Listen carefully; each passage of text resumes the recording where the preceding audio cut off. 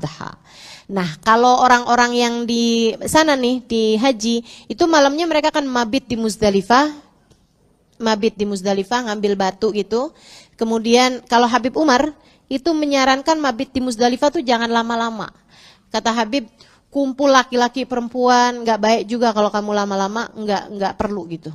Nggak perlu. Lain wukuf di Arafah. Kalau wukuf di Arafah itu memang waktu mustajab untuk berdoa dan juga memang tempatnya juga tempat yang berkah untuk mustajabnya doa gitu kan. Nah, itu jadi memang lama di wukuf Arafah bagus, tapi kalau mabit di Muzdalifah nggak perlu lama-lama, asal ngambil batu gitu kan, zikir sebentar kemudian bergerak gitu. Bergeraknya kemana? Ada yang ke Mina untuk melaksanakan mabit di Mina dan juga untuk lempar jumroh gitu ya. Ada juga yang langsung pergi ke Mekah, pergi ke Masjidil Haram untuk melaksanakan tawaf ifadah. Mulai asar hari Arafah. Ada yang bilang subuh hari Arafah. Habis sholat, tiap habis sholat baca takbir. Pokoknya begitu habis selesai salam sholat. Sampai 3 hari tasyrik. Jadi lama nih. Ada yang bilang dari asar hari Arafah, ada ulama yang bilang dari asar Arafah, ada yang bilang dari subuh hari Arafah. Jadi itu dari tanggal 9, 10, 11, 12, 13 sampai asar hari tasyrik. Setiap habis selesai sholat fardu, Assalamualaikum warahmatullahi, Assalamualaikum warahmatullahi, langsung takbiran dulu sebelum baca zikir yang lain. Takbirannya Allahu Akbar, Allahu Akbar, Allahu Akbar. La ilaha illallah wallahu akbar. Allahu akbar walillahil hamd 3 kali. Allahu akbar, Allahu akbar, Allahu akbar. La ilaha illallah wallahu akbar. Allahu akbar walillahil hamd. 1 kali lagi. Allahu akbar, Allahu Akbar. La ilaha illallah wallahu akbar. Allahu akbar walillahil hamd. Allahu akbar kabira walhamdulillahi katsira wa subhanallahi bukratan wa asila. La ilaha illallah wahdah sadaqa wa'dah wa nasara 'abdah wa 'azza jundahu wa hazamal ahzaba wahda. La ilaha illallah wallahu akbar. Allahu akbar walillahil hamd. Dah segitu. Segitu dibaca. Habis itu baru astagfirullah, astagfirullah, astagfirullah, lanjutkan doa-doanya seperti biasanya. Hafal ya insyaallah ya.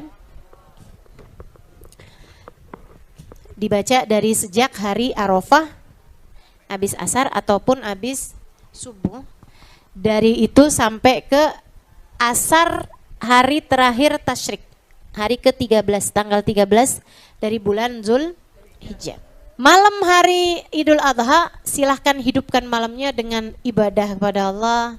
Kalau bisa sholat tasbih gitu kan ya, apa aja pokoknya, banyakin takbir, banyakin baca Quran, banyakin istighfar, banyakin zikir la ilaha illallah, apapun lah yang bisa kamu baca, bisa kamu lakukan. Adain sedekah, maksudnya harus ada sedekahnya gitu, biar seperti apapun usahakan malam hari raya Idul Adha ada sedekahnya. Itu adalah salah satu dari malam di mana doa mustajab, salah satu malam di mana Allah mengatakan gimana Allah menghidupkan hati hamba-hambanya, seperti katanya baginda Nabi besar Muhammad sallallahu alaihi wasallam, man ahya layalil id ahyallahu qalbah yauma yamutul qulub.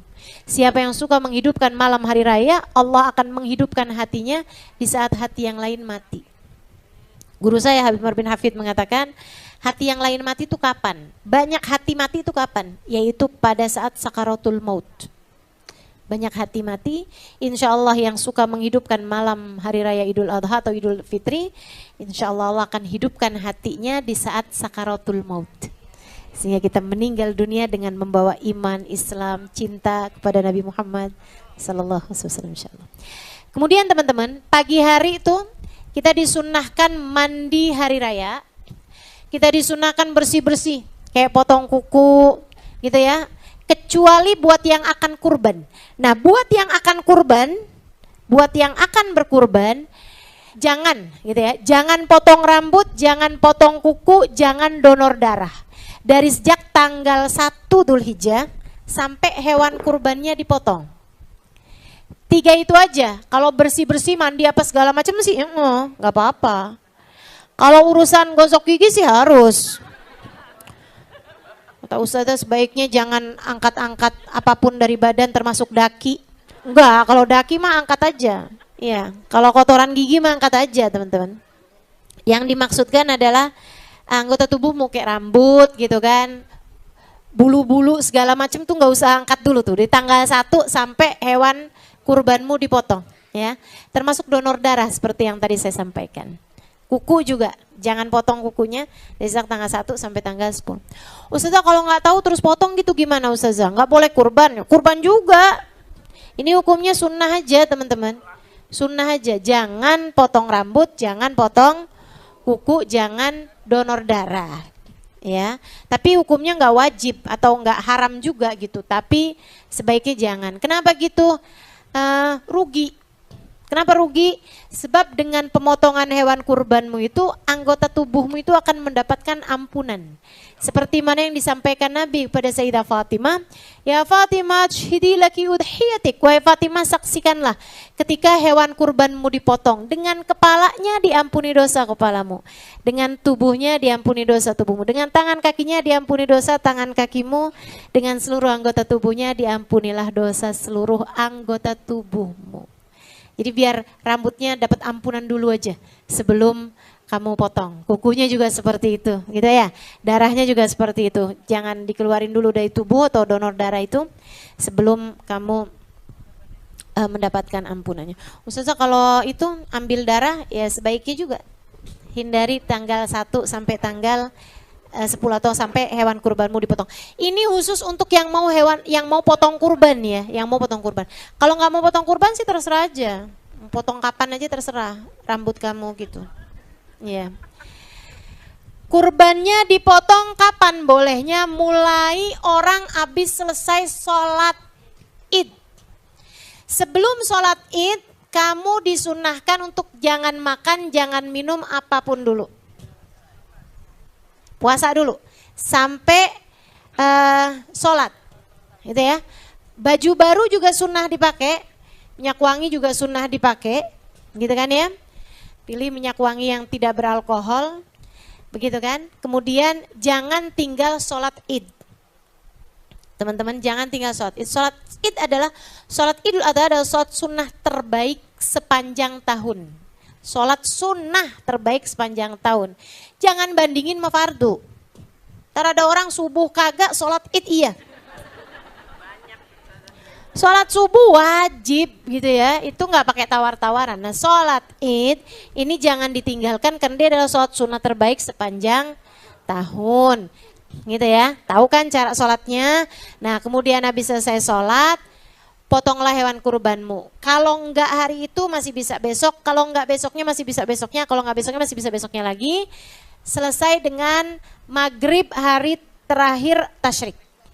Tapi usahakan enggak sampai asar. Usahakan sebelum asar itu udah dipotong untuk tanggal 13.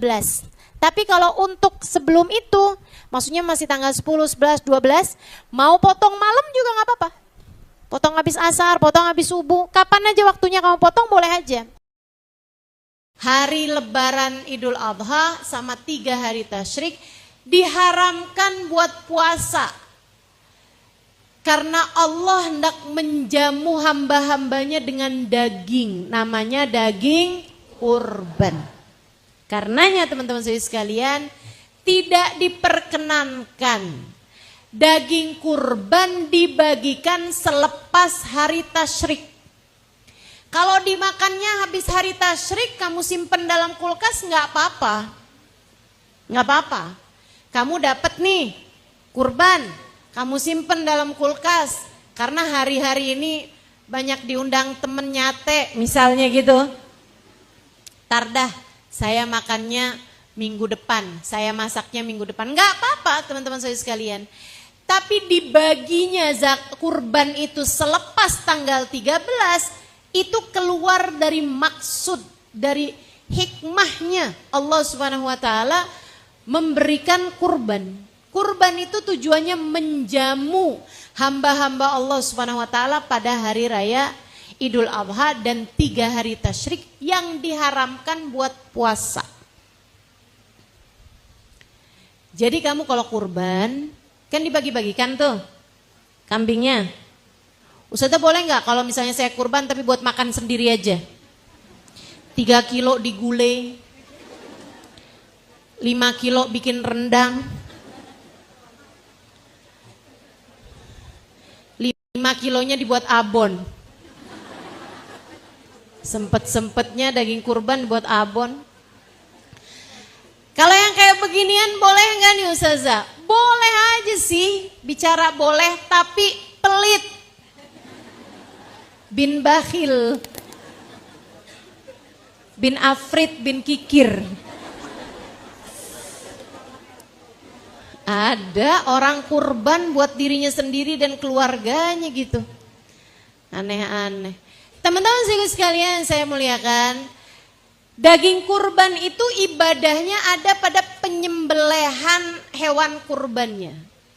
Masalah dagingnya dibagi-bagikan, itu ada pahala yang lain lagi. Karenanya daging kurban tuh nggak wajib diberikan kepada orang miskin. Sunnahnya malah sepertiga buat orang miskin, gitu ya. Sepertiga aja buat orang miskin, sepertiganya lagi buat kerabat, tetangga, teman, gitu. Yang sepertiganya, nah sepertiganya lagi buat keluarga kita sendiri. Gitu. Itu pembagian daging kurban, bagi sepertigaan. Sepertiga buat diri sendiri, keluarga maksudnya, ya. Jangan lebih dari sepertiga, sunnahnya. Jangan lebih dari sepertiga. Kita ngambilnya tuh jangan lebih dari sepertiga. Misalnya kambingnya beratnya 15 kilo, ya berarti kamu ngambil dagingnya jangan lebih dari 5 kilo. Gitu ya. Yang 5 kilo sisanya bagikan kepada fakir miskin, yang 5 kilonya lagi bagikan kepada tetangga-tetanggamu, yang bahkan orang non muslim sekalipun gak apa-apa. Itu daging kurban. Jelas? Teman-teman sekalian saya muliakan, waktunya karena memang daging kurban ini adalah jamuan dari Allah. Dan bagi siapapun yang menerima daging kurban, karena ianya jamuan dari Allah, jangan ditolak. Sekaya apapun kamu dapat daging kurban, terima. Jelas? Jangan salah paham nih ya. Kalau kamu dapat daging kurban, semampu apapun dirimu silahkan terima. Orang nolak daging kurban tuh sombong teman-teman. Dan Allah itu kalau memberi sesuatu kemudian ditolak, Allah bisa marah. Dalam pepatah Arab tuh man u'tiya faradda sa'ala walam yu'ta. Saya enggak yakin ini ucapan ulama kah atau pepatah Arab ataukah hadis Nabi Muhammad, wallahu a'lam. Jadi saya akan menyampaikannya sebagai ya ucapan ulama begitu ya. Karena saya pernah dengerin dari Sayyidil Habib Umar bin Hafid, man u'tiya farada sa'ala walam yu'ta. Siapa yang diberi kemudian dia tolak, satu waktu akan datang masanya dia minta dan dia tidak diberi. Jangan tolak pemberian orang. Termasuk daging kurban. Tapi saya tuh Ustazah, masalahnya bukan saya tolak, kesianan sama orang-orang lain kan yang susah-susah banyak. Kalau saya nih kan ya bisa lah kebeli gitu daging kurban. Jadi saya bukan nolak, sombong juga enggak Ustazah. Ya terima dulu aja, nanti kamu baru kasihin sama orang lain, gak apa-apa. Jangan sampai pas ini ada kiriman dari masjid, apa nih daging kurban? Sembarangan. Nggak lihat mobil saya jejeran di garasi.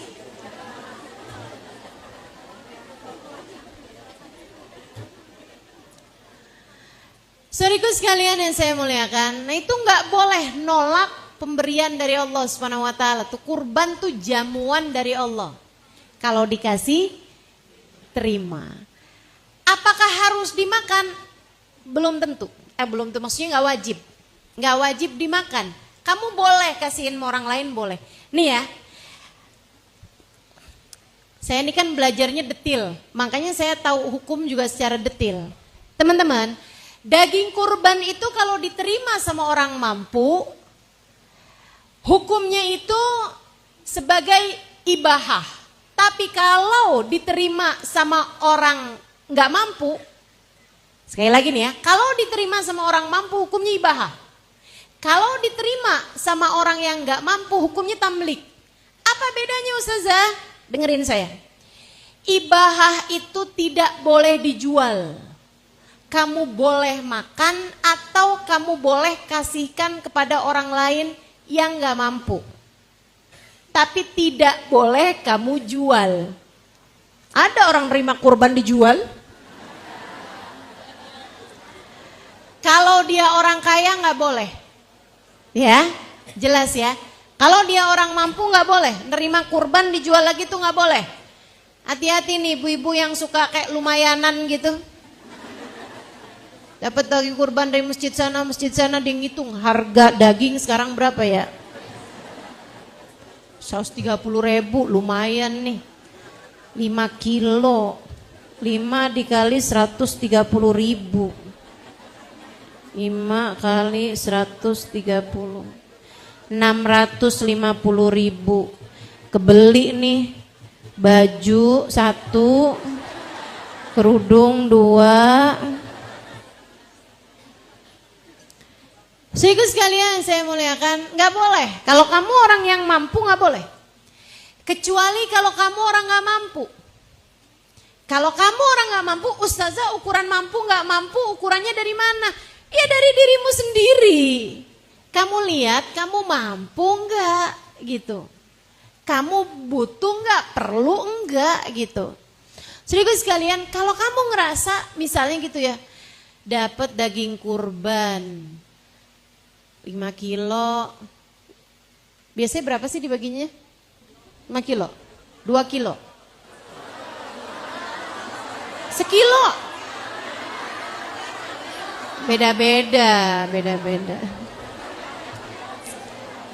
Sekiloan? Oke. Ya udah. Lama nih urusannya nih. Terserah kampung-kampungnya masing-masing ya kan. Ada yang mungkin 2 kiloan gitu. Misalnya nih ada orang nih dapat daging kambing 2 kilo. Dapat daging sapi sekilo ada 3 kilo dari 3 masjid nih yang beda-beda. Misalnya dapat lagi ada daging sapi lagi dari rumah sebelah misalnya tetangga ya kan. Semuanya jadinya ada berapa tuh? 7 kilo. Kagak punya beras. Dia orang sangat gak mampu misalnya gitu kan. Buat bayar sekolah anak gak ada. Gimana nih punyanya cuman daging kurban. Bolehkah kami jual? Boleh. Boleh. Kamu gak mampu silahkan. Buat bayar listrik Ustazah, jual deh. Jual. Jelas hukumnya? Nah. Karena dia adalah jamuan dari Allah untuk hari-hari yang diharamkan berpuasa 4 hari. Hari lebaran tanggal 10, tanggal 11, 12, 13 hari tasyrik. Tidak diperbolehkan kurban sebelum orang pulang dari masjid. Ya, dari sholat Idul Adha.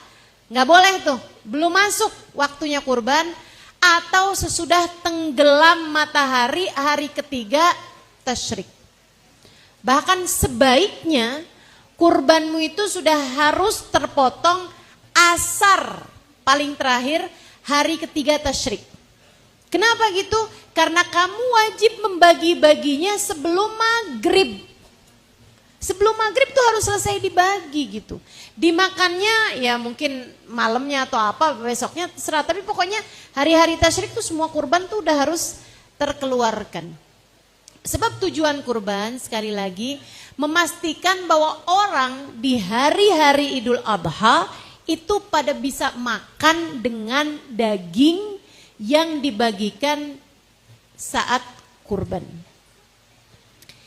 Saya harus tekankan hal ini teman-teman. Dilarang bagi kurban sesudah lepas hari tasyrik. Ya. Kenapa begitu? Karena saya pernah baca iklan gede banget di Jakarta.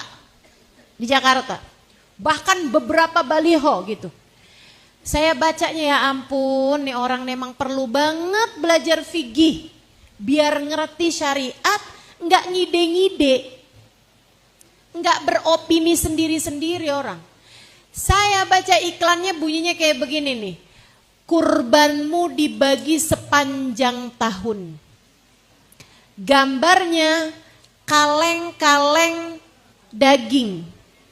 Daging dikalengkan. Namanya kornet. Pernah lihat iklannya? Beberapa tahun yang lalu.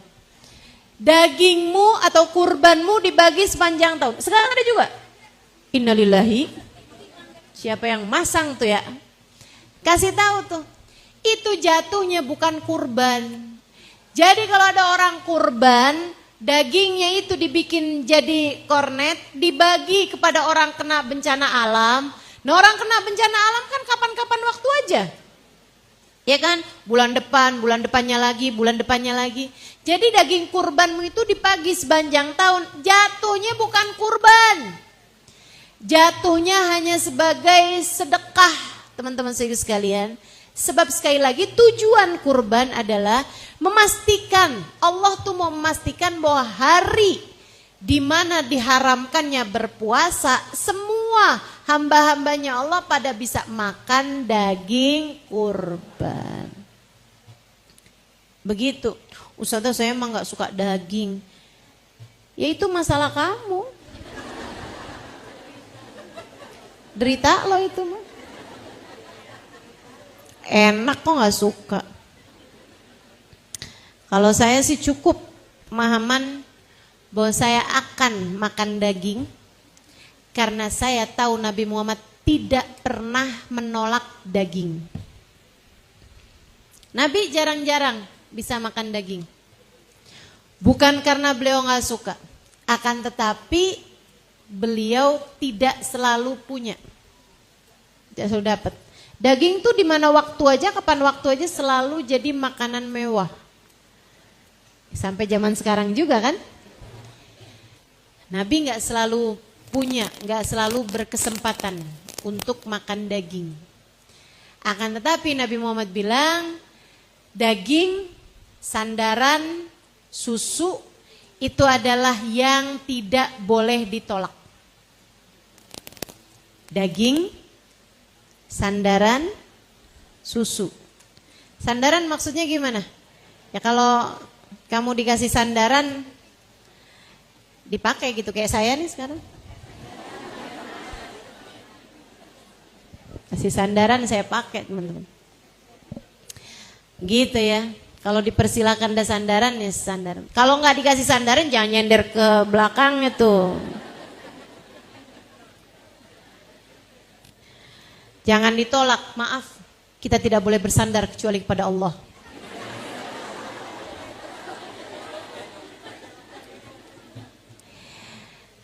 Jadi daging salah satu dari yang nggak boleh ditolak. Dipotong pada hari Idul Adha dari habis selesai sholat Id. Makanya hari raya Idul Adha tuh sunnahnya mengawalkan waktu sholat. Jadi waktu duha awal. Kalau Idul Fitri sunnahnya malah agak disiangin. Meskipun kayaknya masjid-masjid kita sama aja ya. Nggak Idul Fitri, nggak Idul Adha. Buru-buru aja mau sholat. Soalnya habis itu banyak urusan. Mau ngambilin angpau. Kalau hari raya Idul Fitri ya.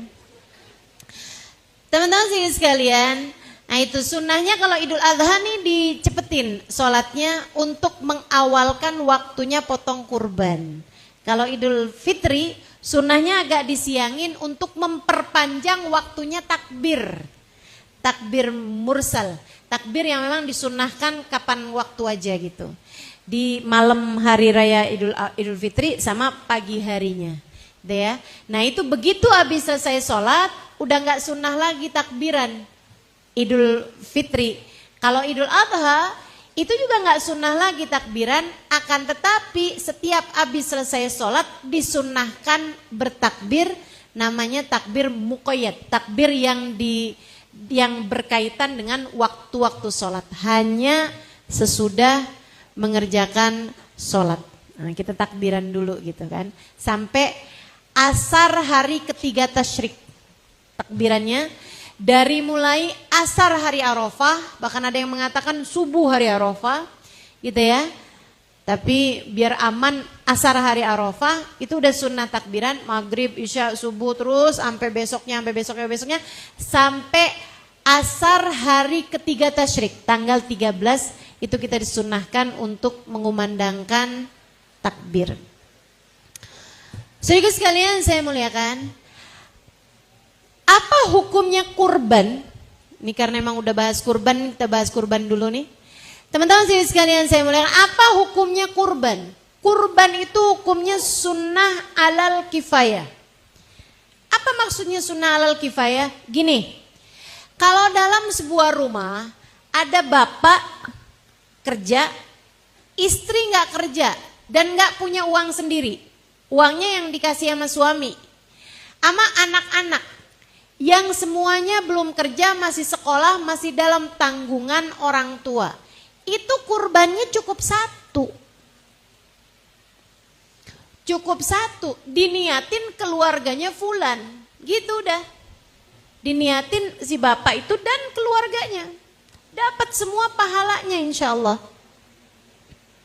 Gitu ya. Teman-teman sekalian yang saya muliakan, bukan berarti nih bapak tahun ini kurban dinamain adek ya, nggak perlu kayak gitu. Tahun ini saya potong kambing niatnya buat kamu nih, kata suaminya, nggak perlu kayak gitu, nggak perlu. Kurbannya bapak ini, kurbannya istri, kurbannya anak-anak juga, selagi anak-anak itu dalam tanggungan orang tuanya.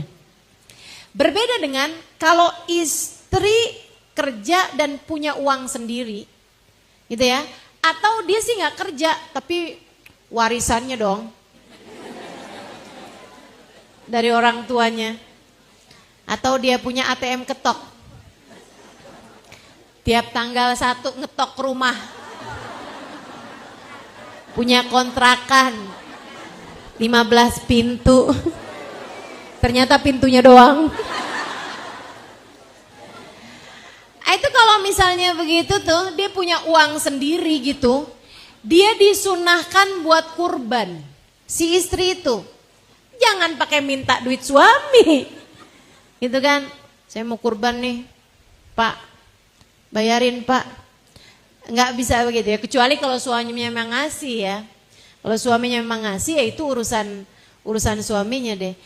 Tapi maksudnya dia disunahkan buat kurban pakai duitnya dia sendiri. Dan Bu, kalau kamu punya uang, seindah-indah kurban adalah dengan uangmu sendiri.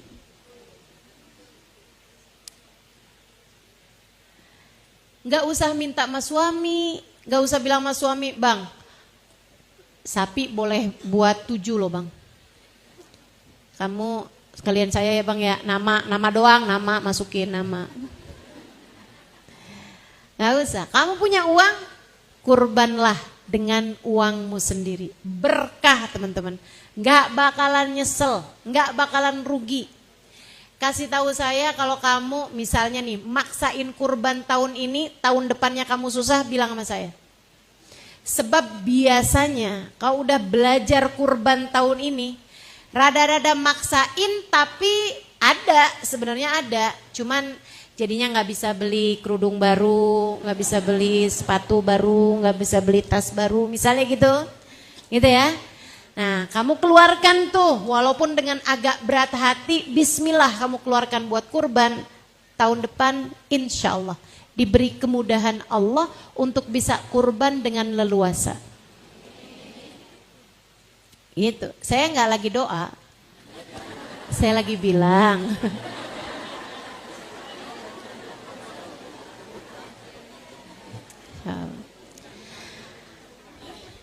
Kalau anak juga gitu. Anak kamu kalau udah mulai nih bisa kerja, menghasilkan sendiri dan penghasilannya lebih untuk dia bayar atau untuk dia beli kurban gitu ya. Nah tuh minta dia juga untuk nak, bismillah nak. Rezeki kamu nih kan semuanya dari Allah loh nak. Allah minta kamu buat beli kurban, buat potong kurban. Bismillah, kalau kamu udah mampu bismillah nak, insya Allah nak. Mudah-mudahan Allah pasti bakalan ganti dengan yang lebih baik. Dan bayaran dari Allah tuh enak bu. Allah tuh kalau ngebayar enak. Orang mal kalau ngebayar nih paling banyak. Istilah kata dibungain gitu ya, kalau kita ngutangin tuh. Misalnya nih orang paling baik aja dah. Paling banyak misalnya tambahin 20%, 30% gitu. Kita utangin 1 juta dibayar misalnya gitu. Nih saya bayar 1 juta utang saya, sama saya tambahin nih sebagai hadiah dari saya 300.000, 400.000 misalnya gitu. Ada nggak orang di sini nih? Nih ya saya kan utang 1 juta nih, saya tambahin ya jadi 10 juta. Pernah ada begitu? Allah tuh begitu dan itu minimal. Allah begitu dan itu minimal. Innal hasanah bi asyri amthaliha. Sesungguhnya kebaikan itu minimal dibayar Allah dengan 10 kali lipatnya. Minimal. Gimana kalau maksimal? Makanya jangan berat buat mengeluarkan harta di jalan Allah.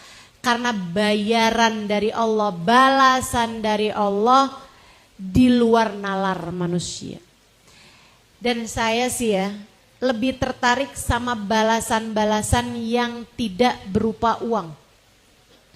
Kalau keluarkan sesuatu di jalan Allah berupa uang, saya lebih tertarik dibayar sama Allah dengan sesuatu yang tidak berupa uang. Karena kalau uang tuh ada ATM-nya, ada banknya, ada tokonya. Kan begitu? Akan tetapi kalau berkah, kesehatan, anak-anak yang jadi soleh-solehah, suami yang begitu sayang kepada istrinya, dan kamu adalah istrinya misalnya gitu, belinya di mana? Betul gak? Teman-teman saya sekalian, kamu gak bisa pergi ke dokter gitu, atau pergi ke apotik sambil bilang, obat dong 1 strip. Buat apa? Buat sakit hati. Begat mengobati rasa kecewa saya karena suami pergi dari rumah. Bisa begitu? Gak bisa. Teman-teman saya sekalian, kita gak bisa beli obat kemudian kita bilang biar anak soleh-solehah. Suplemen dong biar anak soleh-solehah. Nggak ada. Nggak ada tokonya, nggak ada obatnya teman-teman sekalian. Nggak bisa ngambil dari mana-mana. Ngambilnya dari yang satu.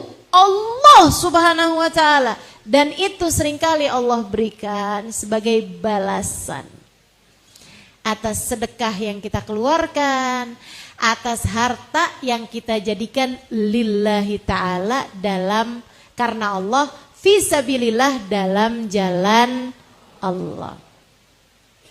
Fillah walillah. Dalam jalan Allah karena Allah subhanahu wa ta'ala. Gak akan rugi. Selain daripada itu, selain daripada gak rugi kalau kamu kurban. Teman-teman sekalian, kurban itu juga jadi penggugur dosa. Penggugur dosa. Nabi Muhammad mengatakan kepada Sayyidah Fatimah, ya Fatimah, ashhidi laki udhiyatik. Wahai Fatimah, saksikanlah saat hewan kurbanmu dipotong. Dengan kepalanya diampuni dosa kepalamu, dengan rambutnya diampuni dosa rambutmu, dengan tangan kakinya diampuni dosa tangan kakimu, dengan kulitnya diampuni dosa kulitmu, dengan seluruh badannya diampuni dosa seluruh badanmu. Kurban, gitu ya, ngampunin dosa. Makanya kita nih yang badannya gede, jangan nyari kurban yang kecil. Dosanya banyak, badannya gede, kurbannya 10 kilo, kambing kecil banget. Ya Allah, ayo bismillah. Teman-teman sekalian, emang gak boleh Ustaz? Ya boleh aja, cuman rada kurang pas gitu kan ya, dosanya banyak ya, kambingnya juga yang rada lumayan lah gitu. Teman-teman sekalian, berarti Ustazah wajib ya nyaksiin pemotongan hewan kurban? Enggak wajib. Sunnah, iya. Jika tidak membuatmu jadi kena dosa. Maksudnya gimana? Kalau dengan kamu mengerjakan sunnah, melihat saat hewan kurbanmu dipotong, membuat kamu desek-desekan sama laki-laki, ngelihat hewan kurban dipotong hukumnya sunnah, desek-desekan sama laki-laki hukumnya haram. Apalagi ulala tahu, saya tuh nggak bisa loh ngelihat kurban, ngelihat darah. Tapi kan katanya ini ya sunnahnya ya. Ya udah dah. Mana desek-desekan sama laki-laki habis ngelihat kurban potong darah pingsan. Akhirnya malah digotong sama laki-laki. Masya Allah. Itu dosanya jadi berapa banyak tuh kan. Udah gak usah ikut-ikutan lihat. Enggak wajib teman-teman. Artinya bahwa kalau kurbanmu itu dipotong di tempat yang jauh darimu, ya udah. Nggak apa-apa juga, karena memang nggak lihat bukan berarti nggak sah, gitu kan? Nggak apa-apa, yang penting jadi hewan kurban dan dipotong, begitu. Dulu almarhumah Hubabah Maryam suka titipin saya kurban untuk dipotongkan di daerah kami sana di Indramayu. Artinya bahwa beliau tidak melihat kan hewan kurbannya saat dipotong gitu ya, nggak jadi masalah dan tidak mengurangi kefadilahan kurban itu sendiri, malah dapat fadilah yang lain. Karena waktu saya tanya Hubabah, kenapa Hubabah nitipin kurban ke tempat saya? Kata beliau, Halimah, di tempat kamu kan di kampung kan ya, di Indramayu gitu, kamu bisa bagi-bagiin nak kepada orang-orang yang memang jarang-jarang makan daging, nerimanya seneng. Kalau di tempat kami nih kambing keleleran. Maksudnya daging kambing banyak banget gitu. Orang udah gak seneng lagi nerima daging karena memang hari-hari mereka memang sudah makan daging. Jadi dapat pahala yang lebih menyenangkan orang-orang fuqara masakin. Gitu kan? Nah, nyenengin orang pahalanya besar gitu. Itu yang mungkin lebih dicari lagi sama Hubabah gitu ya. Saudara sekalian saya muliakan, itu hukumnya kurban. Namanya sunnah alal kifayah. Sunnah alal kifayah. Kayak fardu alal kifayah, kan fardu kifayah tuh. Gitu ya. Kalau udah ngerjain satu yang lain kan gugur dosa. Demikian pula dengan sunnah alal kifayah, kalau udah satu bapak gitu ngeluarin kurban tersebut, maka yang lain gugur kesunahannya, kecuali jika dia juga punya uang sendiri, punya penghasilan sendiri seperti yang sudah saya sampaikan.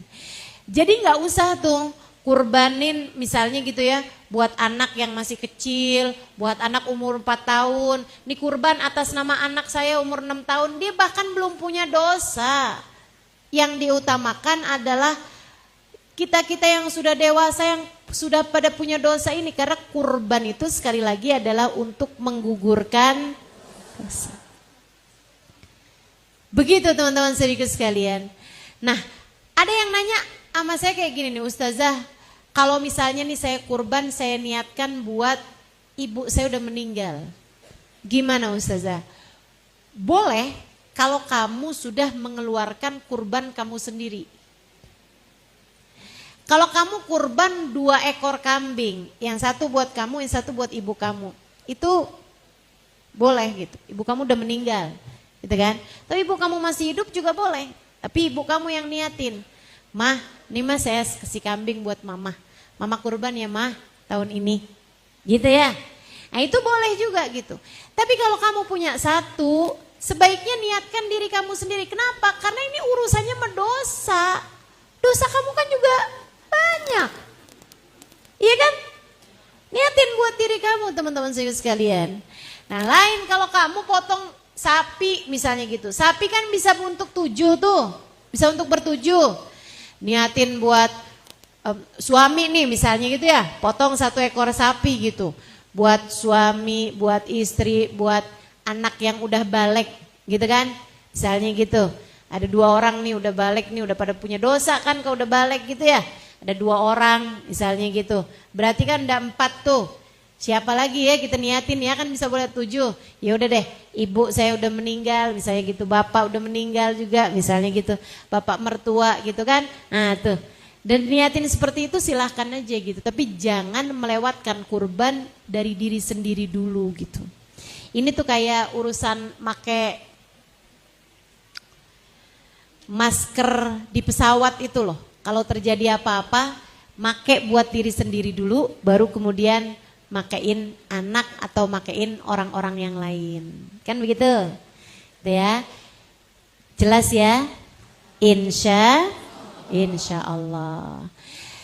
Teman-teman saudaraku sekalian yang saya muliakan, kemudian daging kurban itu sunnahnya dibagi mentah. Sunnahnya dibagi mentah. Berbeda dengan daging akekah. Kalau akekah sunnahnya dibagi matang. Akekah sunnahnya dibagi matang, masak yang agak manis. Kalau itu mengakekahkan anak kecil, ya, emang orang gede bisa diakekahkan Ustazah. Nah teman-teman, kalau akekah itu masuknya dari hari lahir. Jadi begitu lahir tuh sunnah diakekahkan. Kalau belum lahir belum sunnah. Saya sekalian akekah deh ini. Idul Adha nih. Anaknya mana? Masih 8 bulan. 8 bulan lahir? Enggak, 8 bulan dalam kandungan. Enggak kena tuh, enggak boleh. Jadi udah lahir dulu baru sunnah diakekahkan. Begitu lahir aja udah sunnah diakekahkan. Tapi bagusnya hari ke-7 kelahiran. Hari ke-7 kelahiran. Apa tuh hari ke-7 kelahiran? Jadi kalau hari lahirnya hari Senin, akekahnya hari Minggu. Bukan seminggu habis lahir, bukan. Tapi hari ke-7 kelahiran. Hari ke-7 kelahiran tuh kalau lahir Senin. Senin hari pertama dihitung tuh. Hari Seninnya kan hari lahir pertamanya Senin. Selasa, Rebo, Kemis, Jumat, Sabtu, Minggu.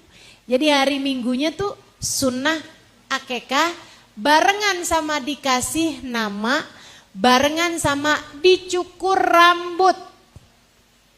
Kesunahan buat bayi di hari ke-7 kelahiran. Teman-teman sekalian yang saya muliakan, akekah tersebut itu ya. Yaitu dengan dipotongin kambing. Kalau kurban itu kan pilihannya nomor 1 unta. Walaupun di Indonesia jangan kurban unta. Itu kayaknya dapat nyuri dari kebun binatang. Jadi nggak boleh, nggak usah korban unta, ya. Kemudian sapi atau kerbau, kemudian yang ketiganya kambing. Nggak ada yang keempatnya, nggak ada urutan keempat, nggak ada ya. Ustazah ayam gimana Ustazah? Ayam jago dah Ustazah gedean, nggak bisa gitu, nggak boleh. Ustazah gimana kalau keluarga kita nggak ada yang suka ayam Ustazah? Nggak ada yang suka kambing. Jadi kita ganti tuh dengan 20 ekor ayam. Seharga 1 ekor kambing. Nggak kena teman-teman, nggak kena. Nggak boleh. Pokoknya paling akhir adalah kambing. Begitu ya, adalah kambing. Walaupun memang ada pendapat dari Sayyidina Ibnu Abbas. Nah, ini boleh dirujuk di kitab I'anatul Talibin ala Syarhi Fathil Mu'in di bab tentang udhiyah. Pendapat Sayyidina Ibnu Abbas dari hadisnya Nabi Muhammad kepada Sayyidina Bilal. Jadi Nabi itu pernah habis selesai hari raya gitu ya, kayak mungkin sorenya atau malamnya gitu. Nabi lagi kumpul sama sahabat, Nabi Muhammad nanya gitu, Abu Bakar kurban apa? Unta Rasul. Kamu Umar misalnya gitu ya, kambing Rasul. Kamu Talha misalnya gitu. Ada beberapa sahabat ditanya sama Nabi tentang dia kurbannya apa. Sampai Nabi kepada Bilal, kamu Bilal potong ayam Rasul. Nabi itu senyum gitu. Maksudnya Sayyidina Ibnu Abbas kalau nggak ada ayam, Nabi kayaknya bakalan negur Bilal gitu. Kagak-kagak aja kamu Bilal, misal gitu. Misal gitu ya. Akan tetapi teman-teman, para ulama yang lain bersepakat bahwasanya jumhurul ulama tuh mayoritas ulama bersepakat bahwasanya kurban itu ya cuman sampai kambing aja, nggak turun ke ayam. Oh tapi hadis itu kayak gimana tuh? Ya itu makanya Nabi senyum karena ya nggak ada sebenarnya ayam. Itu mah cuman khusus Bilal aja tuh. Makanya Nabi senyum gitu, kayak Nabi bilang nanti kagak-kagak aja Bilal gitu. Dan itu kayak semacam kekhususan buat Sayyidina Bilal.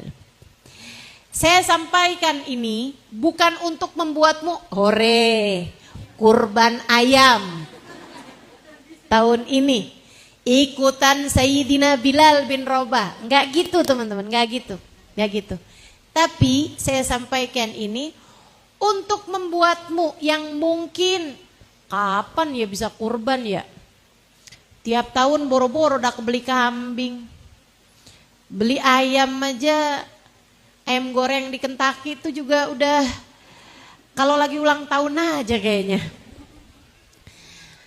Nah kalau kamu ngerasa kayak nggak bisa dapat gitu harta yang cukup untuk bisa kurban, ya udah deh potong ayam aja.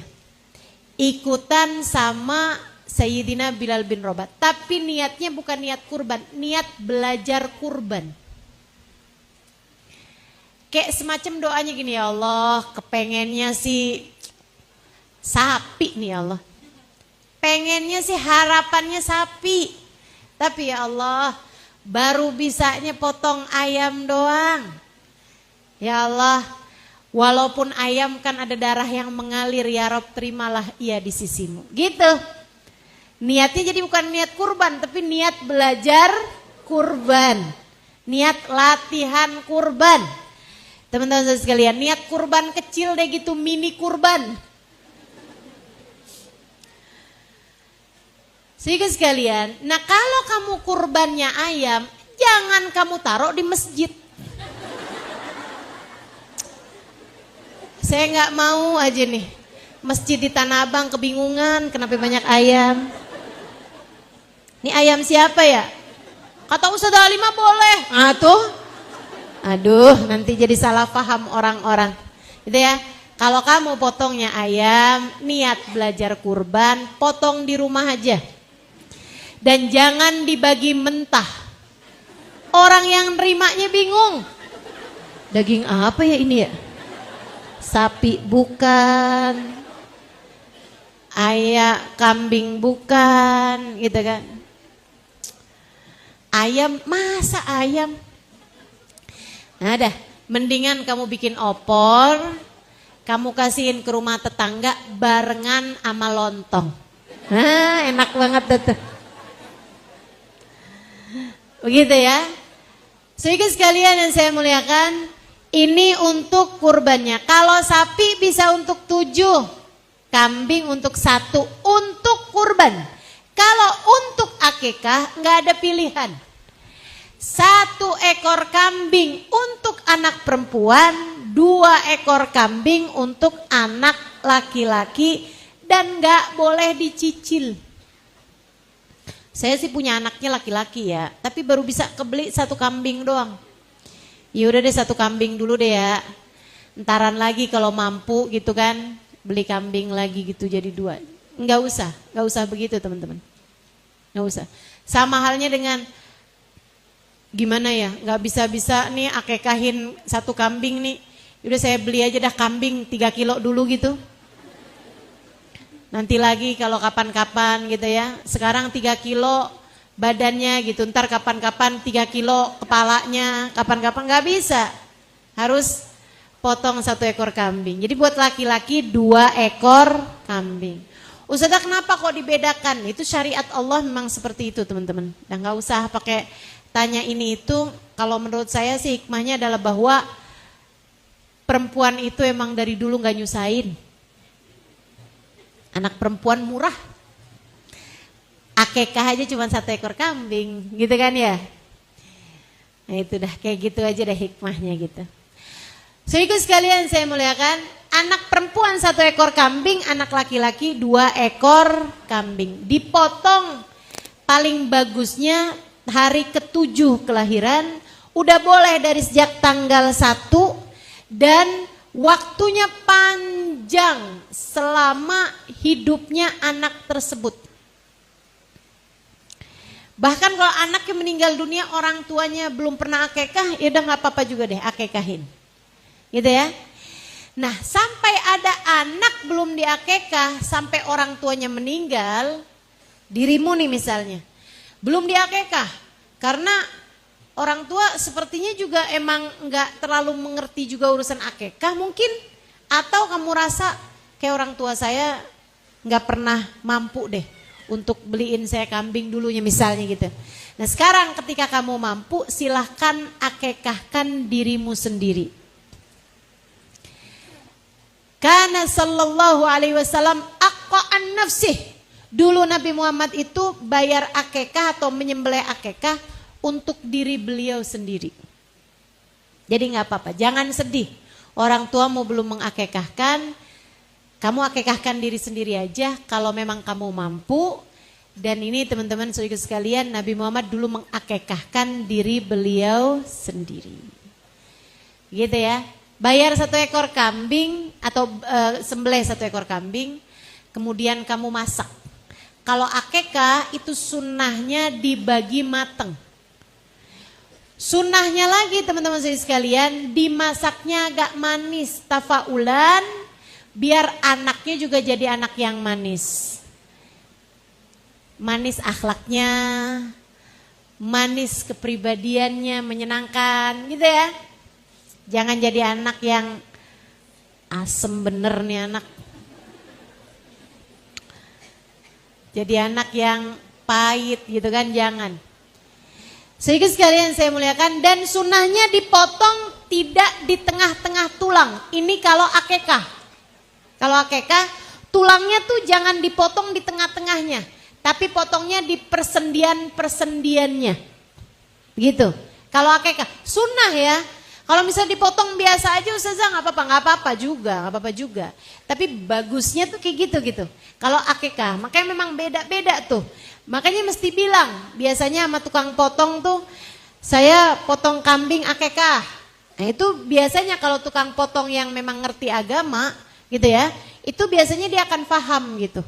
Cara motongnya agak berbeda dibandingkan daging kurban sama daging akekah. Teman-teman sekalian, dimasak dalam keadaan agak manis, mungkin semur gitu ya. Dibagikan kepada orang-orang atau kamu undang orang untuk makan akekah di rumah. Apa fadilahnya akekah? Nabi Muhammad menyampaikan, inna haqqul maulud. Haknya anak yang dilahirkan dari orang tuanya. Jadi kayak kewajiban orang tua kepada anak. Hak anak dari orang tua. Ada 3 kata Nabi Muhammad. Yang pertama, an yusammi bismin hasan. Diberi nama dengan nama yang baik. Yang kedua, an yu'ak untuk diakekahkan. Dan yang ketiganya, an yurabbih terbiatin hasanah. Dididik dengan didikan yang baik. Itu hak anak dari orang tua mendapatkan 3 hal ini. Nama yang bagus, diakekahkan, dan dididik dengan didikan yang baik. Jadi sebagai orang tua, kamu akekahkan anak-anakmu bagian dari kamu menjalankan syariat agama Allah SWT. Selain dari kedua hal tersebut ya, kasih nama dengan nama yang bagus. Bu, ngasih nama anak jangan sembarangan aja. Buka di Quran, buka di Quran. Ada di Quran Hawiyah. Anak kasih nama Hawiyah. Wa ma adraka ma hiya narun. Tahukah kamu apa itu Hawiyah? Ia adalah api yang sangat panas membakar. Ya Allah. Tega nian. Jangan ya kalau si nama anak dengan nama yang bagus-bagus. Kayak apa Ustazah nama yang bagus? Nama yang bagus tuh unsurnya tafaulan atau tabarrukan. Tafaulan itu nama yang artinya bagus. Gitu ya, nama yang punya arti yang bagus. Kayak Abdullah itu kan artinya bagus. Faiza artinya perempuan yang berhasil, perempuan yang beruntung, perempuan yang sukses, gitu kan ya. Jangan kasih nama Fashila. Fashila tuh gagal, kurang beruntung gitu, jangan. Kasih nama dengan nama-nama yang bagus. Anak dikasih nama Murroh. Apa tuh Murroh? Pahit. Ya Allah. Kasih nama yang bagus, unsurnya tafaulan. Atau tabarrukan. Apa tabarrukan? Ngasih nama anak dengan nama orang-orang dulu yang soleh-soleha, biar anak bisa jadi kayak mereka, dapat berkahnya nama dari orang tersebut gitu. Nah kalau bicara tabarrukan ya kita tahulah.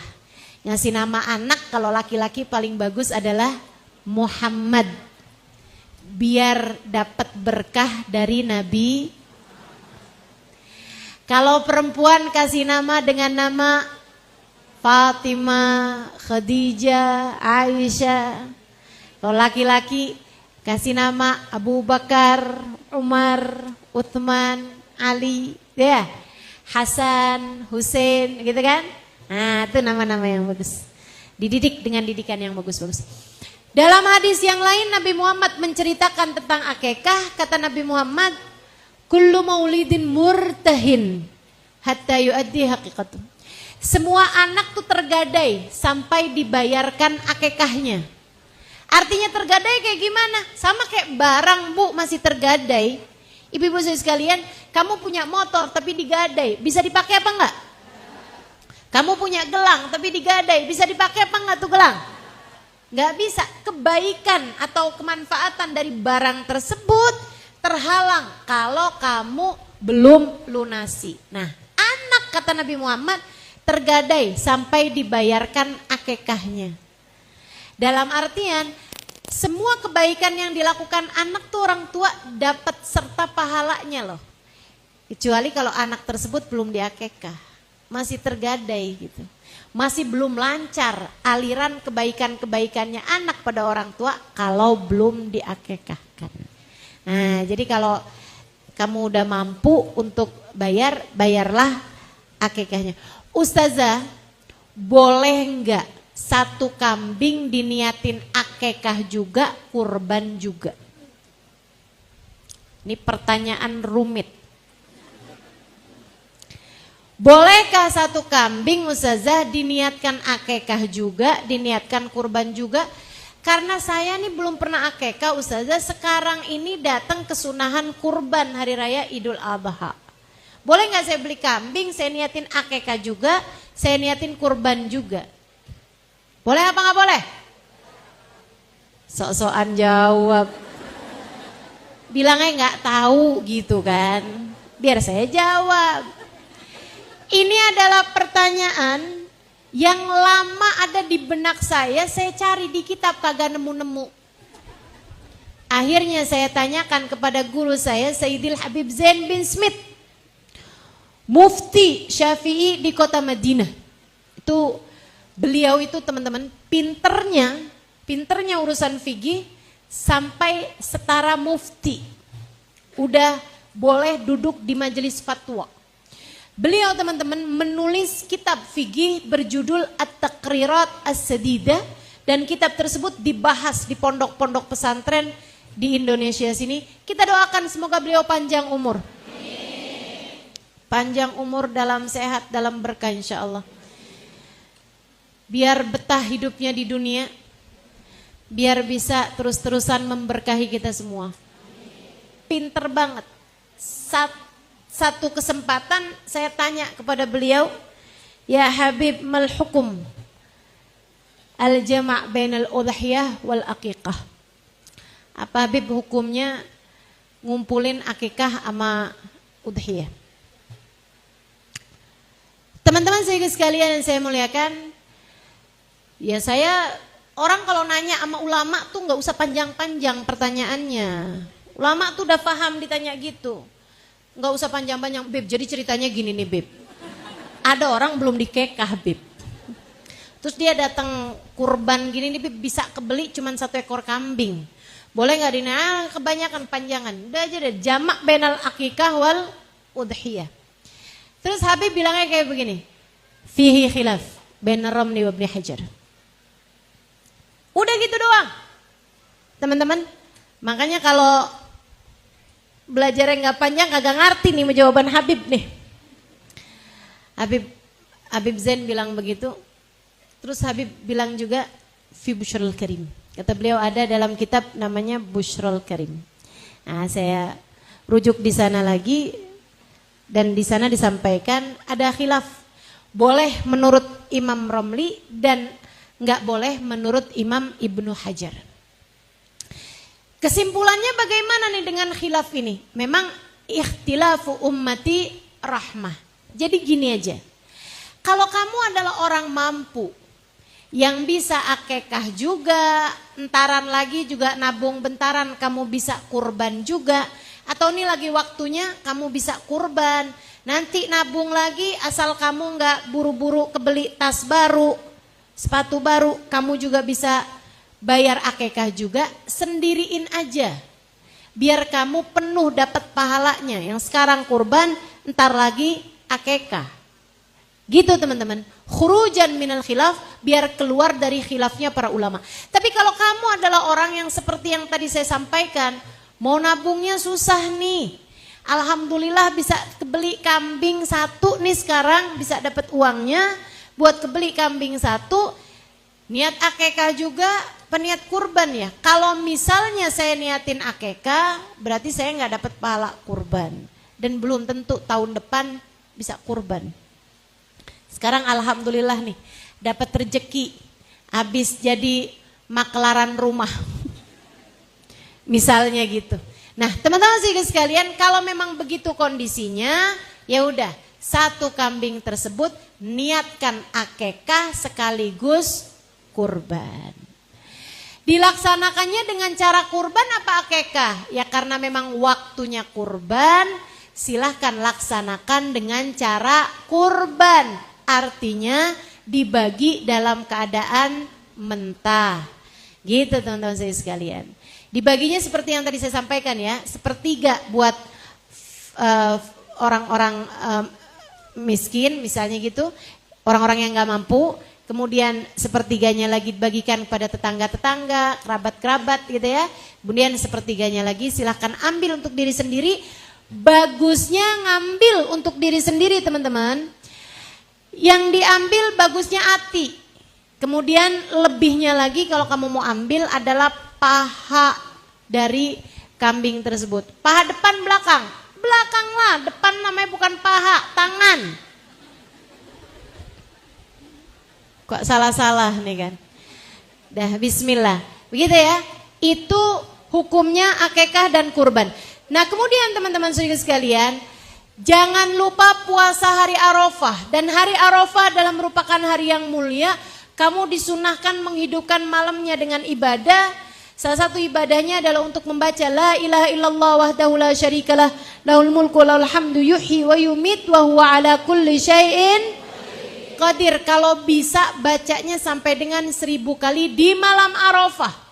Malam Arafah itu berarti hitungannya malam Rabu depan, seminggu lagi.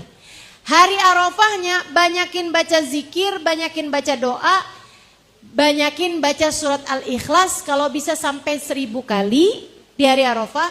Kemudian usahakan 1000 kali tersebut selesai sebelum asar hari Arafah. Nah, sesudah sholat asar banyakin berdoa, insya Allah doamu tidak ditolak Allah.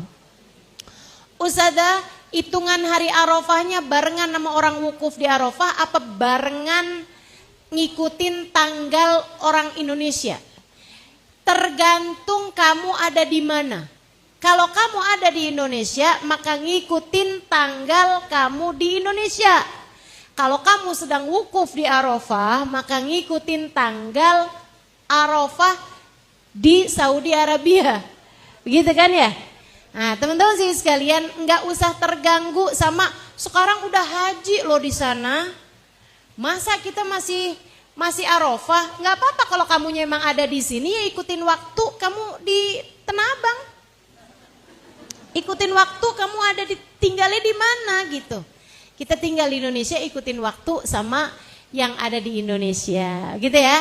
Kalau insya Allah kan lebarannya hari Kamis noh. Kita hari puasa Arafahnya berarti hari Rabu, kemudian puasa Tarwiyahnya hari Selasa. Nah, hari Arafah doa puasa, walaupun yang di sana udah lebaran nggak apa-apa. Kita puasa hari Arafah. Kemudian berdoa sesudahnya dengan doa-doa yang panjang, insya Allah doa-doa kita diijabah. Malam lebaran juga hidupkan malam tersebut dengan banyak takbir, sholat sunnah. Kalau bisa ada sholat sunnah tasbih, kita sholati di malam hari raya. Banyakin baca Quran, banyakin istighfar, banyakin takbir. Pada malam tersebut Nabi Muhammad menyampaikan, man ahya layalil id ahyallahu qalbah yauma yamutul qulub. Siapa yang menghidupkan malam hari raya, Allah akan hidupkan hatinya di saat hati yang lain mati. Kapan hati yang lain mati? Guru kami Sayyidil Habib Umar bin Hafid menyampaikan, hati pada mati biasanya pada saat sakaratul maut. Maka siapa yang suka menghidupkan malam hari raya dengan beribadah pada Allah Subhanahu wa taala, insya Allah dimudahkan sakaratul maut, pulang membawa hati yang sehat, hati yang hidup, sehingga kita selamat yauma la yanfa' mal wala banun illa man atallah biqalbin salim. Di hari tidak selamat orang bawa harta, tidak selamat orang bawa anak, melainkan yang selamat adalah orang yang datang kepada Allah bawa hati yang selamat, insya Allah.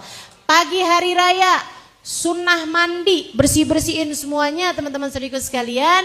Akan tetapi jangan potong rambut, jangan potong kuku, jangan angkat darah dari mulai tanggal 1 kemarin sampai hewan kurbanmu dipotong bagi yang akan berkurban.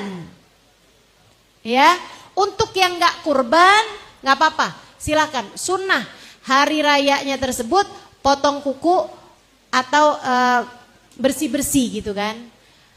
Bersih-bersih. Angkat darah tuh maksudnya Pak, donor darah atau ya, periksa darah tuh, laboratorium apa segala macam, usahakan tidak kamu lakukan dari sejak tanggal 1 sampai hewan kurbanmu dipotong. Sedikit sekalian, kenapa gitu Ustazah? Agar anggota tubuhmu tersebut sudah mendapatkan ampunannya duluan sebelum ia dikeluarkan dari tubuhmu. Ya kalau rontok sih nggak apa-apa ya. Maksudnya itu sengaja potong rambut tuh jangan dulu, tunggu aja sampai selesai hewan kurbanmu dipotong. Nah, pagi hari kita sunnah pakai baju baru, hari raya. Sunnah pakai baju baru, sunnah berwewangian, ya, sunnah wangi, sunnah cakep pada hari raya Idul Adha. Ustazah belum punya nih baju barunya, beli nih deket nih sini nih. Serius Ustazah, serius. Kayak anak kecil aja Ustazah lebaran pakai baju baru. Itu sunnahnya Nabi Muhammad. Teman-teman, sunnahnya Nabi Muhammad nggak ada yang kecil. Sunnahnya besar semua. Kita nih kan nggak bisa ngerjain sunnahnya Nabi yang berat-berat. Sunnahnya Nabi Muhammad bangun malam sampai bengkak telapak kaki. Emang bisa? Enggak, nih potongannya nggak bisa nih kita nih. Udah nggak usah sok-sokan. Nah, tapi kan sunnah pakai baju baru di hari raya Idul Adha. Bisa apa nggak bisa kira-kira? Dah belanja di situ. Mama bahagia dibolehin belanja. Masya Allah. Baik teman-teman sekalian, dan sunnahnya pagi hari itu sebelum sholat Idul Adha, jangan makan, jangan minum apa-apa dulu. Ya, puasa dulu aja sampai selesai sholat Idul Adha. Berbeda dengan Idul Fitri, kalau Idul Fitri sunnahnya makan minum dulu untuk membedakan dari puasa Ramadan yang sebelumnya. Kalau kita memang kesunahannya seperti itu, jangan makan jangan minum sampai selesai sholat Idul Adha. Itu semua yang akan segera kita jelang. Perbanyak doa di hari Arafah, jangan lupa doakan dirimu masing-masing. Jangan lupa juga doakan saya. Jangan lupa doakan umat Islam, mudah-mudahan selalu disayang-sayang sama Allah. Doakan saya mudah-mudahan selalu disayang-sayang Nabi Muhammad. Kita semuanya saling doa mendoakan. Sehingga mudah-mudahan Allah SWT kabulkan segenap hajat-hajat dan doa-doa kita. Insya Allah. Assalamualaikum warahmatullahi wabarakatuh.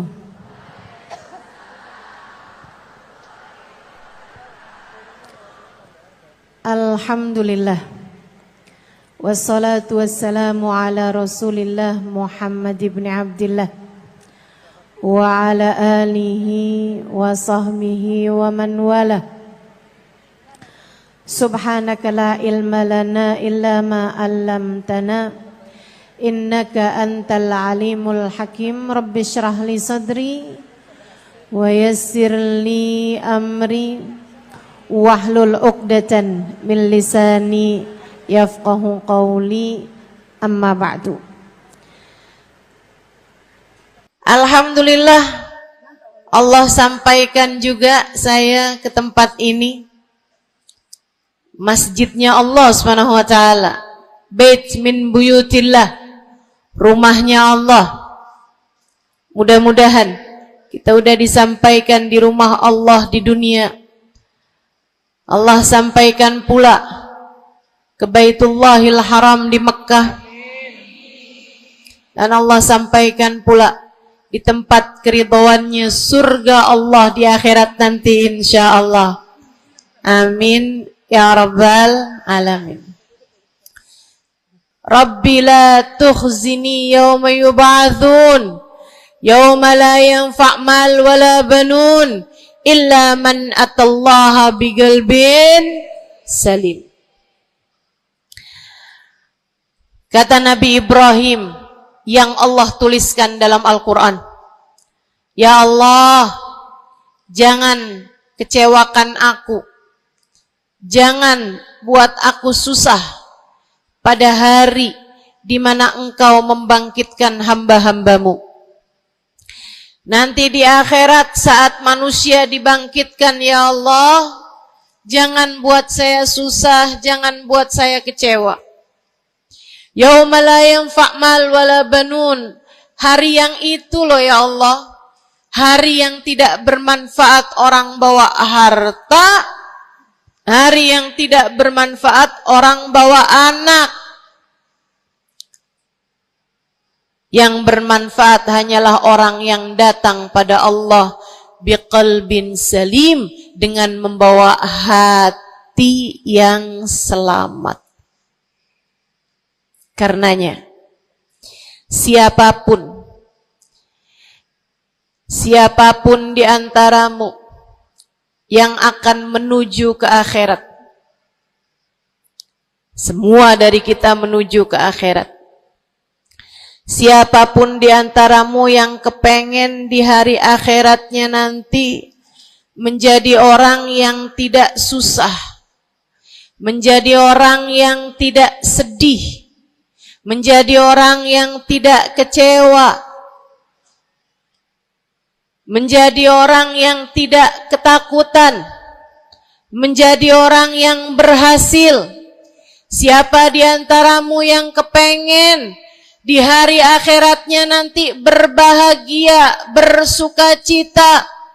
Siapa yang kepengen di hari akhiratnya nanti bergembira? pastikan saat-saat ini, saat hidupmu di dunia ini, pastikan kamu sedang menuju kepada keselamatan hati. Hatimu selamatkan. Hatimu selamatkan, teman-teman. Hatimu selamatkan.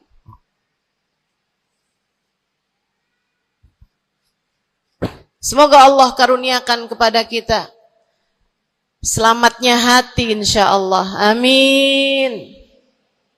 Semoga Allah menyelamatkan hati kita semua.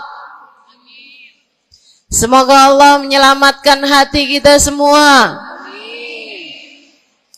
Nabi kita Muhammad menyebutkan dalam salah satu hadisnya,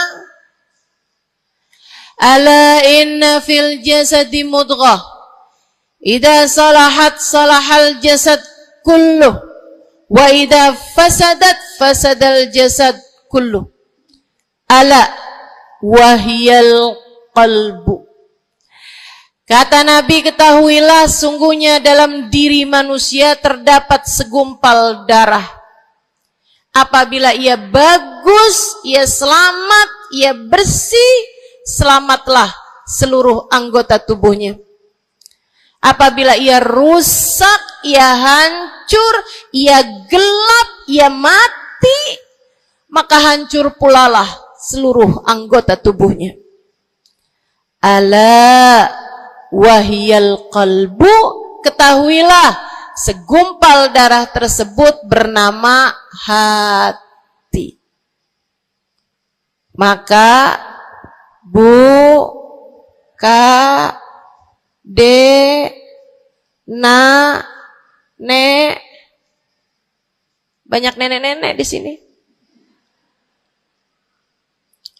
Saya sampaikan padamu pesan dari hati saya yang terdalam.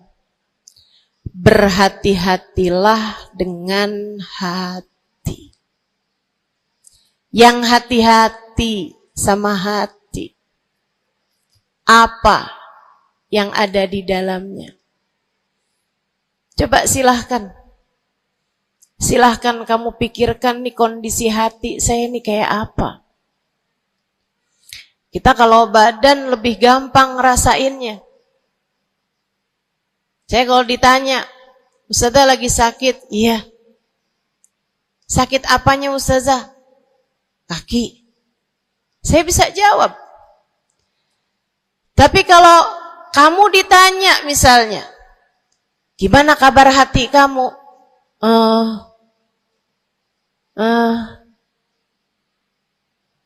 Gimana kabar hatimu? Sehatkah?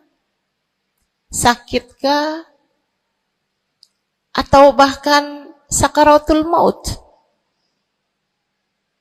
Hatimu bercahayakah? Gelapkah? Atau bahkan mati? Bagaimana kabar hatimu, teman-teman? Bagaimana kabar hatimu? Innallaha la yanzur, kata Nabi Muhammad dalam hadis yang lain. Innallaha la yanzur ila suwarikum wala ila absyarikum, walakin yanzur ila qulubikum. Sungguhnya Allah tidak melihat kepada badan kalian, Allah tidak melihat kepada warna kulit kalian. Allah nggak peduli hidung kamu mancung ataukah pesek. Allah nggak peduli kulit wajahmu mulus ataukah berjerawat. Allah nggak peduli kamu tinggi ataukah pendek. Allah nggak peduli warna kulitmu semacam apa. Yang Allah Subhanahu wa taala lihat, yang Allah Subhanahu wa taala perhatikan adalah hatimu. Adakah ia mulus? Adakah ia penuh dengan penyakit-penyakit? Yang Allah pandang darimu adalah hatimu. Nih, sekarang saat kamu duduk sama rata di tempat ini, teman-teman, Meskipun ada yang lebih tinggi, ada yang lebih rendah. Tapi kita duduk nih sama-sama di tempat ini nih. Nilaimu di mata Allah bukan seberapa dekat jarak antaramu dengan saya. Nilaimu di mata Allah bahkan bukan bergantung dari jam berapa kamu datang. Ketika kamu sama rata duduk di tempat ini, yang Allah pandang darimu adalah hatimu sedang berada di manakah saat ini.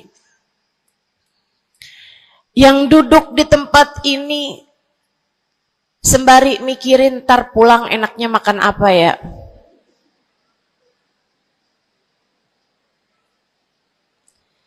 Yang duduk di tempat ini sambil mikirin, kok saya lapar ya? Iya, belum sarapan. Gara-gara buru-buru, takut nggak kedapatan tempat duduk. Gara-gara buru-buru, kepengen bisa lihat mukanya Ustazah Halimah yang viral.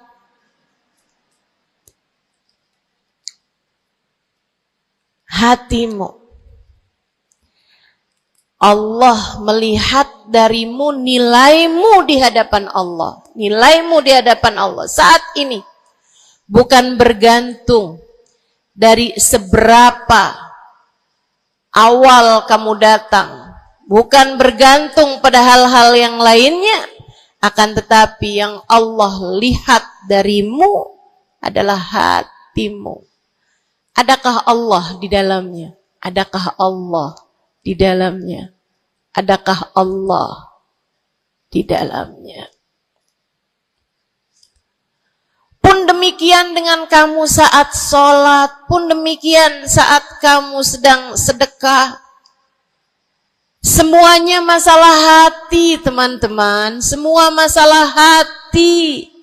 Kata guru saya Sayyidil Habib Umar bin Hafid, al-madar kullal madar fi salahil gulub.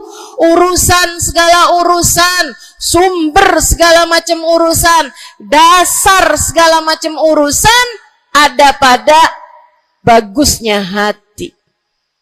Kalau udah hatinya bagus, bagus semuanya. Kalau udah hatinya busuk, busuklah semuanya. Semoga Allah selamatkan kita dari busuknya hati. Semoga Allah selamatkan kita dari busuknya hati. Amin ya Rabbal Alamin. Dunia, akhirat. Masalah semuanya ada pada hati. Karenanya yuk kita bahas. Gimana sih caranya nyelamatin hati? Yang pertama, kalau kamu pengen tahu caranya nyelamatin hatimu, yang pertama,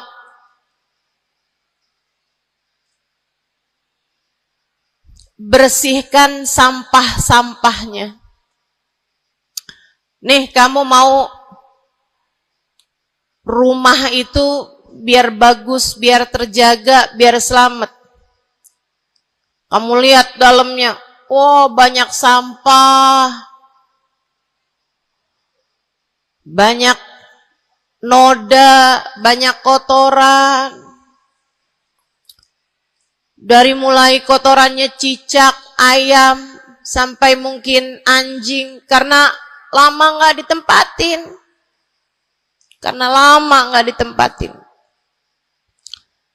Ada banyak di antara kita yang kondisi hatinya semacam itu. Sampah begitu banyak dalam hatinya. Ada banyak di antara kita umat Islam yang kondisi hatinya semacam itu. Begitu banyak sampah di dalam hatinya tersebut.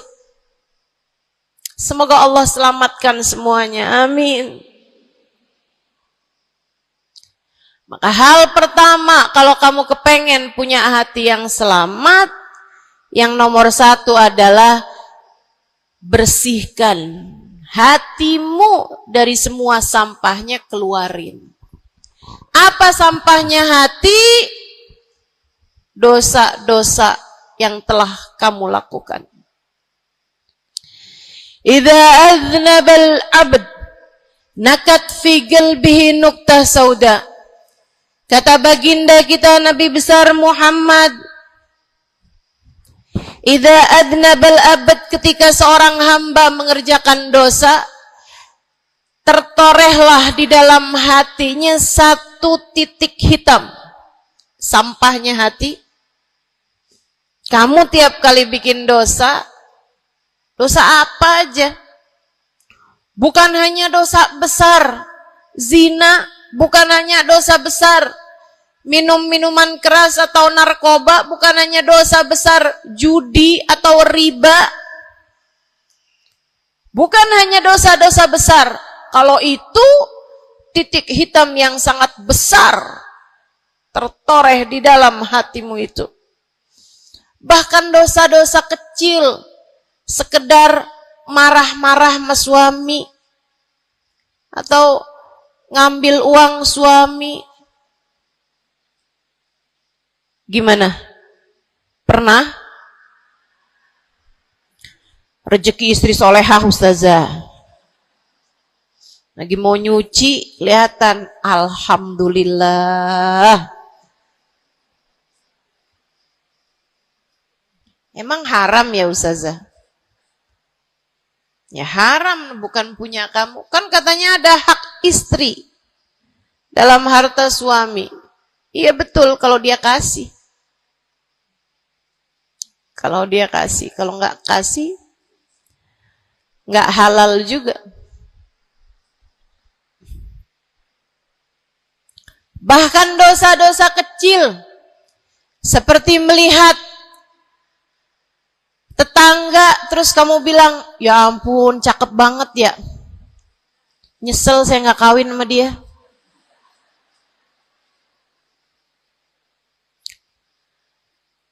Dosa. Seperti memandang seseorang dengan pandangan menghina. Seperti membicarakan aib orang lain. Setiap kali kamu berbuat dosa, apapun bentuk dosanya, satu titik hitam tertoreh di dalam hatimu itu. Ini istighfar wa tab. Musih, kalau dia beristighfar, kalau dia bertaubat, dihapuslah titik hitam tersebut. Wa illa, kalau enggak, ya tetap aja ada. Kamu bikin dosa lagi, bikin dosa lagi, bikin dosa lagi, bikin dosa lagi. Enggak pernah istighfar, enggak pernah memperbaiki diri. Aurat tidak kamu tutup dengan baik. Sehingga akhirnya setiap kali kamu keluar dilihat oleh laki-laki yang bukan mahrammu. Satu titik hitam, satu titik hitam, satu titik hitam. Sampai terkadang hati seseorang dipenuhi dengan titik-titik hitam. Hatinya menjadi legam. Hatinya menjadi penuh dengan titik-titik hitam. Semakin bertambah lagi, semakin bertambah lagi, jadilah karat. Jadilah karat. Kalau udah jadi karat, na'udzubillah. Ini yang Allah sebutkan di dalam Al-Quran.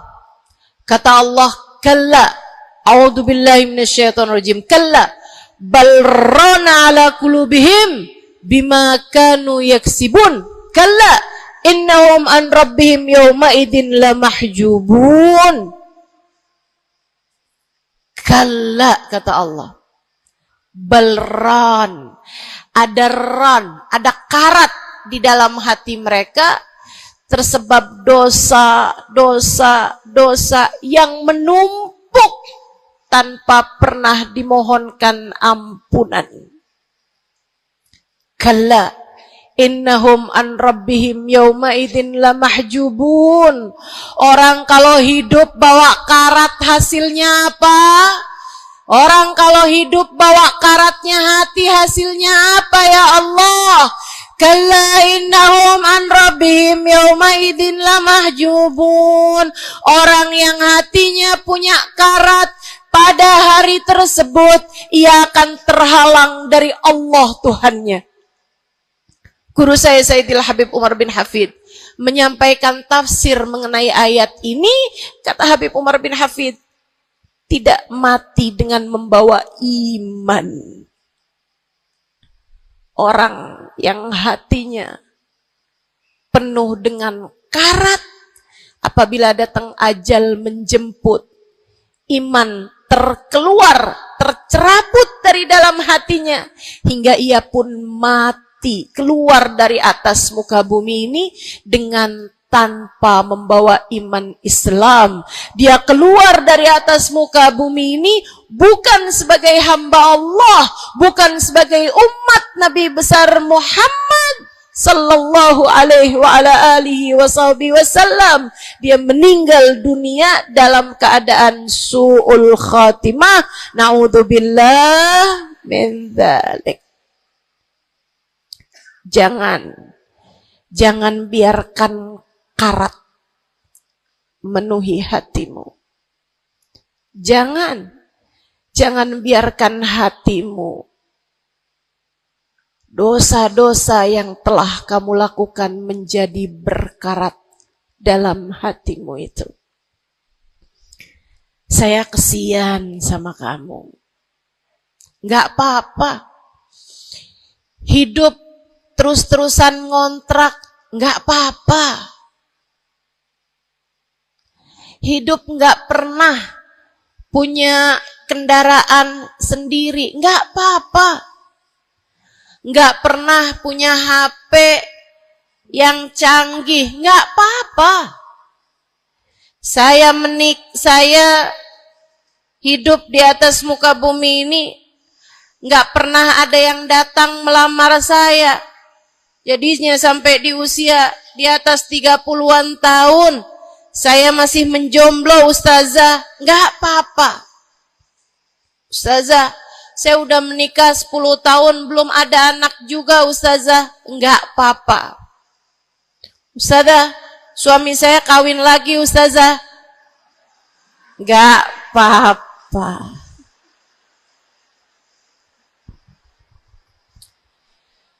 Hidup di dunia ini, apapun yang terjadi, semuanya hanyalah sementara.